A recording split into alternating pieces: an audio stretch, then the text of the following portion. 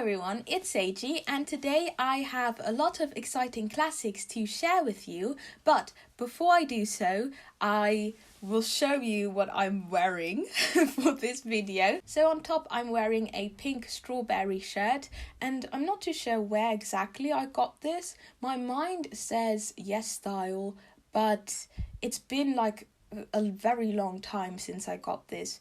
Anyway, the shorts are from Reserved and I got them last year. Anyway, let's get back to the classics, what this entire video is about. I have acquired these in the last couple of months because I was really trying to focus on diversifying the classics that I was reading. One thing though that I hadn't expected was the amount of research that I would be doing for basically every classic, because there is a lot of history and culture that comes along with literature, and reading those type of books without that knowledge really lessens the experience. So if there's a way that I can enrich my reading experience, I will do so. And so it's taking much longer than I had expected to get through all of them, but I thought it would still be nice to show them at least, and perhaps some might pique your interest. There have been quite a couple of people who have asked me what type of literature I'm reading at the moment, so that if a video comes out they will at least be familiar with the book or have already read it as well. And so yeah, these are kind of the books that you can expect to see featured on my channel in the future. Anyway, let's get into the books. So the first one I have is The Woman Who Had Two Navels and Tales of the Tropical Gothic by Nick Joaquin, and this is a classic from the Philippines. I have been reading this for a while. It's basically this huge collection which features a couple of his short stories, one of his novels, and also one play of his. It's definitely something I'm taking my time with because my knowledge of the Philippines is really small. The Philippines has had a history of being colonized by both the Spanish and the Americans, which of course has had a huge impact on their culture and society as a whole. So I really need to look into that more, because I think that I will have a greater understanding. Also what it meant for Joaquin to actually be writing in English, because there's a section on that in, I believe, the foreword as well. So yeah, there's just a lot of things that I still need to research. Anyway, I have finished one short story called 3 Generations and I thought that was quite alright, and I'm definitely looking forward to the novel, The Woman Who Had Two Navels, and then the short story Tales of the Tropical Gothic.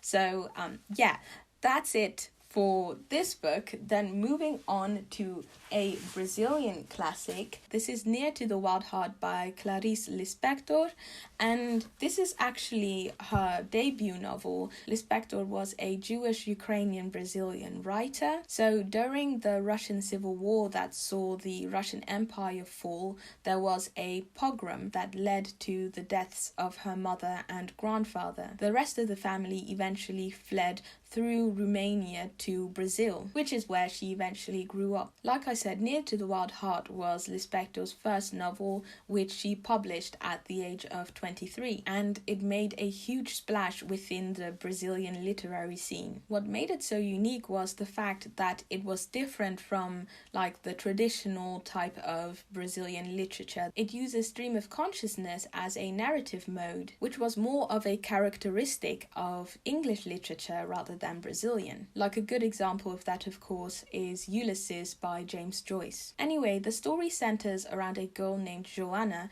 and it covers her childhood and early adulthood. In the book, she ponders the meaning of life, being oneself, and the purpose of existence. To me, the book just sounded very interesting, and also I haven't ever read a book that was written in stream of consciousness before, so I think it would be really fun to try that out as well. Then I have Japanese Tales of Mystery and Imagination by Edogawa Rampo. This is of course a Japanese classic, and it collects 9 short stories that were mainly written in the 1920s. So Edogawa Rampo is actually considered to be the father of Japanese mystery writing, and he was actually heavily influenced by Arthur Conan Doyle and Edgar Allan Poe. From the latter, he actually borrowed his name for a pseudonym, because if you listen closely, Edogawa Rampo is the Japanese pronunciation of Edgar Allan Poe. So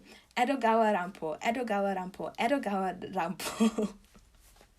Yeah, so that's a fun tidbit. Either way, I am halfway through this one and it is so good. The first story that I read really captivated me, and I was just so thrilled to just keep on going. So it's called The Human Chair, and funny enough, for all those horror manga and anime fans out there, this story actually was adapted by Junji Ito a couple of years ago, and had the same name, The Human Chair. So that was kind of fun to realize whilst I was reading. I was this kind of sounds familiar, and that's kind of when I realized, oh gosh, I've read the manga version of this, and it was just so much fun. And yeah, I can't wait to read the other 5 stories. Then I have Olivia by Dorothy Strachey, and this is actually an English classic, and I think people might really be interested in this because it served as inspiration for Call Me By Your Name. I haven't read the book or seen the movie, but I know that so many people really, really enjoy it. Anyway, the narrator of the story, Olivia, is a 16-year-old who got sent to Paris from England to further enrich her education. There she meets and falls under the spell of Mademoiselle Julie, who is her teacher and introduces her to art galleries, literature, and fine cuisine. As they grow closer, Olivia starts to realize that Mademoiselle Julie's life isn't as straightforward as she had previously thought it to be, and so their relationship gets threatened by jealousy and rivalry, which increasingly threatens for the school year to end in total tragedy. Then I also have a Mexican-American classic, and it is Who Would Have Thought It by Maria Amparo Ruiz de Burton. And it's basically about this mysterious orphan who gets rescued from Indian captors by this man named Dr. Norval. He takes this girl to his home in New England, and the people in the neighborhood don't really like her. However, attitudes start to change once the word gets out about the gold that is accompanying her. Then the next book I'm really excited about because it is an Egyptian classic. It's called The Cheapest Nights by Yusuf Idris, and it came out a couple of days ago, and it is a collection of short stories, and it highlights the lives of the Egyptian lower class, whilst at the same time turning a critical eye towards the power structures that oppress them. Idris has had a huge influence on Egyptian literature, using both literary and colloquial language in his work. The titular story follows a man who is unable to sleep, so instead he angrily meditates on the status of his life and the extreme poverty he has found himself in. Then I have another Brazilian classic, and it is Captains of the Sands by Jorge Amado,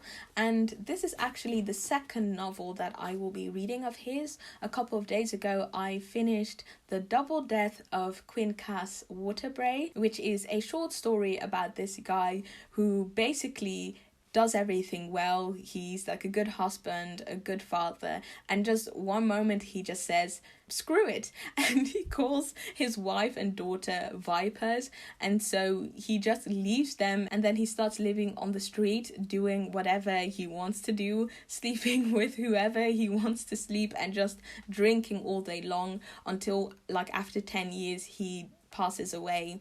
And then his family comes to get the body, and they just want to bury him and forget about like what a huge disgrace he was for the past decade. And then his like mates, which he hanged out with like during his time on the street, come and say their last goodbye, and then all of a sudden he's alive.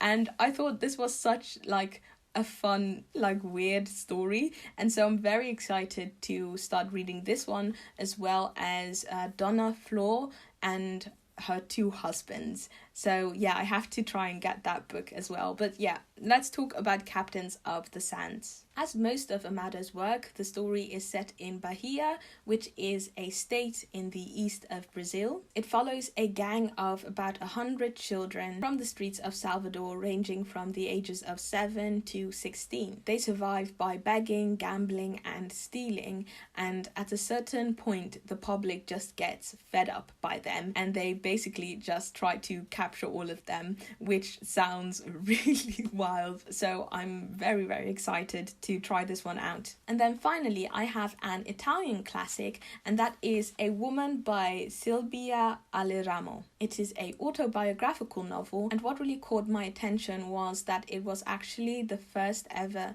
Italian feminist novel to be published. The book centers around an unnamed narrator whose carefree childhood in a seaside town comes to an abrupt and brutal end. This event was accompanied by the shocking reality of what life was like as an Italian woman at the start of the 20th century. The narrator starts to recognize the similarity with her predicament and the plight of her mother and the women around her, and so she becomes convinced that she must escape her fate. And that's really what this story is all about.